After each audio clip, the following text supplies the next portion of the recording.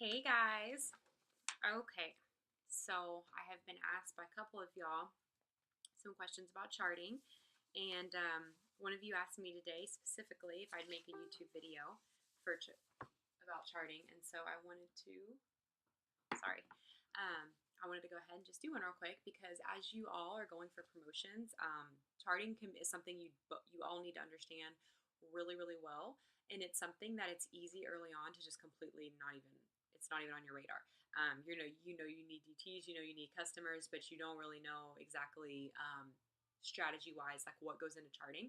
And so it's very important to as you grow to understand this, especially as you're building. First and foremost, okay, let's start off here. So you all know what executive is. Executive is your first promotion. Executive is the most simple thing ever. There's nothing confusing about executive. You have two distributors. They both need to be at 400 GV. The only real thing I want to say when you're going executive is if you're not executive yet and you have two distributors under you, you do not need to be keeping any LC that you sign. Any LC you sign needs to go under one of those two distributors, whoever is not at 400. So you see that, sorry, you see both of these say 400. They both need to be at 400 GV, which if you don't understand what GV means yet, you're brand new, go watch the video on my YouTube channel, PBV, GV, and BV, the difference between them, and placing to promote. And that is a quick video that goes over the difference between those terms. Those of you that do know what it means, though, so these spots both need to be at 400 for you to go to executive. If you have your husband right here and he's only at 200, and you have your best friend right here and she is at 380, and you just sign a wrapped customer that's 54 BV, do not put it under your friend that's 380. Put it under your husband. He has a longer way to go. Chances are your friend can get a customer on her own and finish off that last 20. If you happen to sign like a Fat Fighters customer that's 23 and it's nearing the end of the month and you don't know she'll get one, then yeah, definitely put it there. But yeah, you want to put any big ones under your husband to get him there. So yeah, that's just as far as strategy goes, that's pretty much it with executive. You need to place where it makes sense to get them to 400. If you're halfway to executive, if you have one person under you, you still need another DT. In the meantime, everyone you're signing, put under that person until they're 400. And then as fast as you can get that other distributor. And then once you get that distributor, start building them to 400. Okay, Ruby. This is where it starts getting a little tricky, but it's not too tricky to understand Ruby. So Ruby, as you can see, I hate doing this on here because I'm always like, I think I'm showing the chart perfectly, and then I'm like opposite. Okay, so for Ruby, you have an executive, and you have two other legs that are just 400. So like, let's just say you have your husband, and let's say you were executive before Ruby. So let's just say that was your husband and your best friend from executive. They're already at 400. Now you've signed your coworker or your cousin or a girl that that met you on Instagram, whoever. You sign her. And then she immediately, gets her 4 customers, and now she signs her husband. Now she signs her sister. Well, we can already see she's going to be your executive leg for going Ruby. Any of them can be your executive leg for going Ruby. It's all a matter who's doing it first. So she's your executive leg for going Ruby. You don't need to be placing any customers under her. You need to be placing customers under these guys, because any customers you put under them go to her GV and they go to them. It's a 3-in-1. You're helping yourself, you're helping her, and you're helping them. It's a no-brainer. And remember, these two theoretically should already be at 400 if they were the ones you had from executive.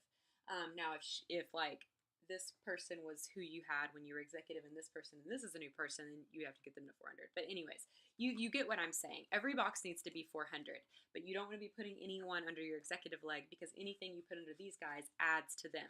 So if this is 400, that's going to be 400. If this is 400, this is 400, that's going to be 800. Does it make sense? Hopefully it does. Okay. So this is where it starts getting complicated, and this is where you also need to understand, any teams that I've placed you all under, understand that your leader's going for a promotion, their leader's going for a promotion, I'm going for a promotion, you're going for a promotion. This is where it all ties in together, and where you need to understand everyone has reasons for why they do, what they do.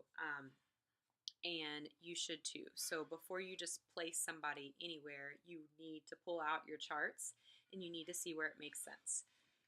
So I would pull out my chart, but I like to keep my, since this is on my YouTube channel and this isn't just for our team, I have some other followers who like to watch it and get some, get the help too that they need from it.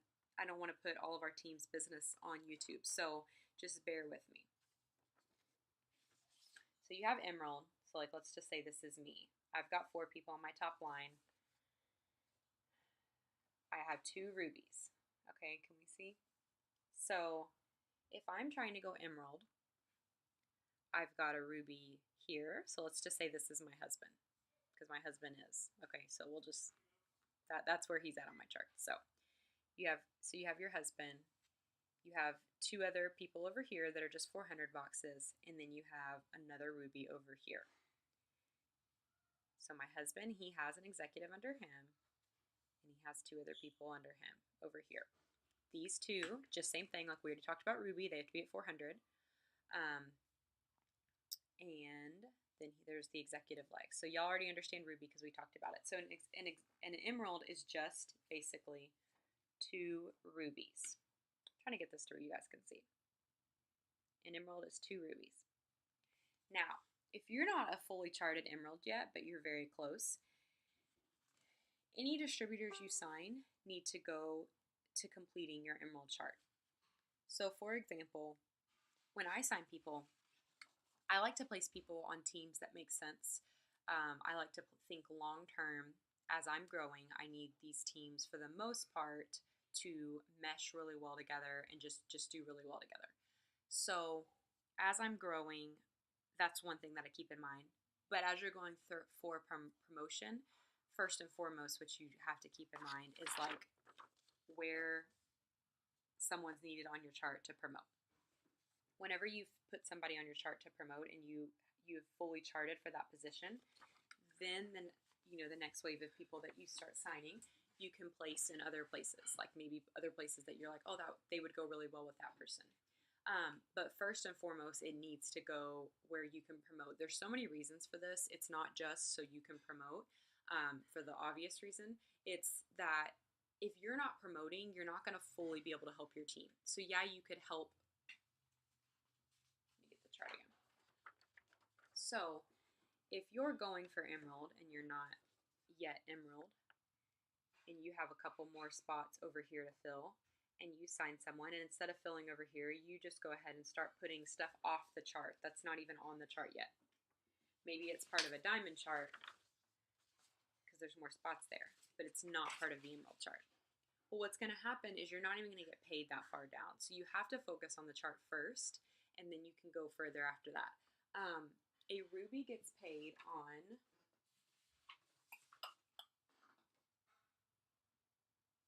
four levels. So anything that's in E-Suite that's a 0.4, a ruby gets paid on. Anything that's a 0.5, a ruby does not get paid on. An emerald does, though. So that is why it is so important. And actually, an emerald gets paid all the way down to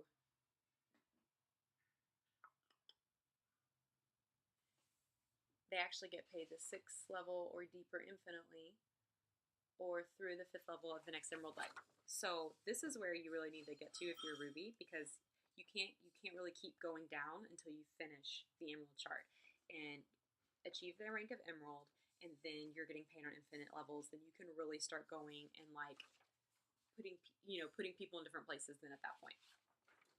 Diamond, this is where it starts looking like but it's really not as complicated as it looks. Just find the rubies. You see, a diamond is just made up of 3 rubies. It's made up of an emerald, which we know an emerald has 2 rubies, and then it's made up of another ruby over here.